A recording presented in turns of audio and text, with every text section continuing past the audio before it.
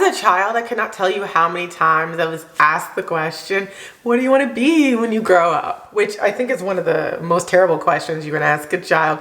Why put that pressure on them? Anyways, maybe you notice as an adult, people stop asking you that question. Pretty much once you graduate college or once you hit the 2021 range, people stop asking you that question. And I would say that many of us stop asking ourselves that question. I'm not talking about knowing exactly where you're going to be. That's going to be impossible. I mean, life changes so fast, it's insane. But do you have a dream for your life when you retire? Do you have a dream for your life 10 years from now? So when I created this plan, I did away with the question of who I want to be in life, right? And I asked myself, where do you want to be in 5 years? Which is a very, very common interview question. And let me tell you, at first I was stumped. Like, how am I supposed to dream about where I'm going to be in 5 years? And at that time I was without a job, right? And I was like, well, who knows where I'm going to be? First, I got to find a job and then maybe I can figure it out. And I think about now, like, I could not have predicted, and I did not predict that there would be a pandemic in year 3 of this plan. But then I decided to look at things a little differently. And again, I referenced the work I do with nonprofits. I looked at how a vision is used within that structure, within creating a strategic plan, and a light bulb went off. The vision is just supposed to be the best case scenario. If you carry out your mission and reach the point where that mission is possible, what will happen? The point is to dream big, to get yourself to dream big, and think about the outcome, the long-term outcome of your actions. So instead of focusing on what will happen in the next 3 to 5 years, I focused on who I want to be and where I want to be when I retire. Again, this isn't about knowing the outcome of life. However, I knew embarking on this journey that in 5 years, I could be in a totally different place. And that if I put a little effort into steering my life, no matter what happened, that totally different place is probably where I needed to be to retire in a good position. So I went ahead and created a vision for this plan, and I encourage you to do so yourself. So in creating a vision for my life, I went through 3 processes that really helped me narrow down what I want for my future. So the first thing I did was looked at my current self in long form with my computer in Word. I wrote down exactly what my life looked like at the time. That's why I'm very clear about it now, because I still have that record. I wrote about the fact that I didn't have a job or any prospects. I wrote where I lived, who I lived with, who my best friends were, how I felt day to day, what my clothes looked like, what my car looked like. I wrote everything down, completely truthfully. It ended up being pages on Word. It could have been a whole chapter in a book. But I really wanted to be very clear with myself about where I was at the time. I wanted to know who my current self was, so when I look back in 5 years, I could be like, wow, I did that. And then number 2, I thought about my future self.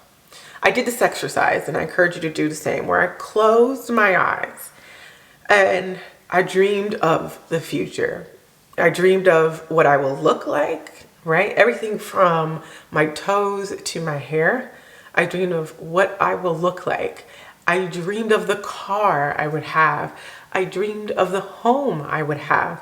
I dreamed of the people that would surround me, the job I wanted to be in. I dreamed of the feelings I wanted for myself. Like, I wanted to feel this every single day. I even dreamed of having a certain number of bank accounts with no negative balances. I dreamed. And then I opened my eyes and completely wrote that dream out, long form, in another Word document. This is my current self versus the future self I see.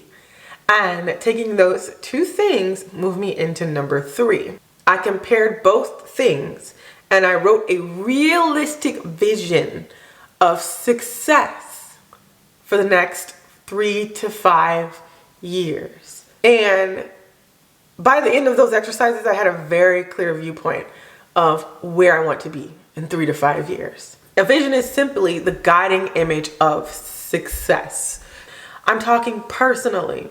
I'm talking professionally. And this is such an individual thing, right? I think it's really important to keep this close.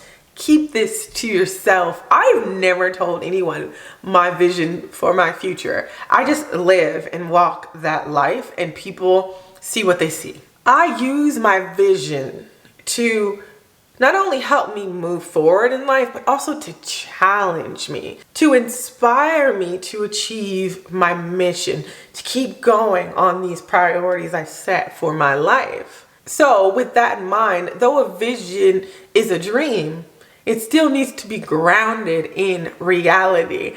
I don't have visions of immense wealth right now. I mean, how is it even, I had no job when I started this, right? I had visions of stability and prosperity, but I think if I saw myself as having wealth, I think the measurement each year would beat me down, right? I think I would feel like I was making no strides towards wealth because all I was making in that first year was enough to survive. So when you're deciding on a vision for your future, remember that. Remember you want to dream big, but you want to be real. So if you've been watching all of these videos, you notice that we're stacking quite a bit here. You're creating a file. And this file talks about where you are, who you are, but who you're going to become. And hopefully through this process, you find a bit of excitement for reaching to that future. Because I'm going to tell you, there have been some ups and downs, but what has kept me going is going back and reading my initial mission, my initial vision, and just some of the work I did to create this 5-year plan. For someone doing this with me, this may be the first time you've ever taken this in-depth of a look at your life. And at the time, it was a little depressing because I was in a place where it seemed like it would take forever to dig out of that hole, basically. But I found hope in the resulting plan. And now that I'm 3 years down in this plan, I can say that that initial work is so very important. I revisit my plan every year around this time. I revisit the work I did in the beginning, and that's what's keeping me going. So I do encourage you to, if you're gonna create a vision statement, that you really do work through what I've laid out in this video so that you have this in the next years to look back on, because it will remind you of the why and the when and the how as you move forward. And it will give you the inner strength you need to push through any challenges or any troubles and to appreciate wholeheartedly whatever your end result is, however you got there. So stick with me, because even though we're breaking ourselves down, we're also building up something amazing. We're stacking here. We're stacking something good. So I encourage you to do this. In the comments below, let me know if you've done this before, if you have any ideas for someone else. And until next time, be well, be safe, and find a bit of joy in every day. Bye.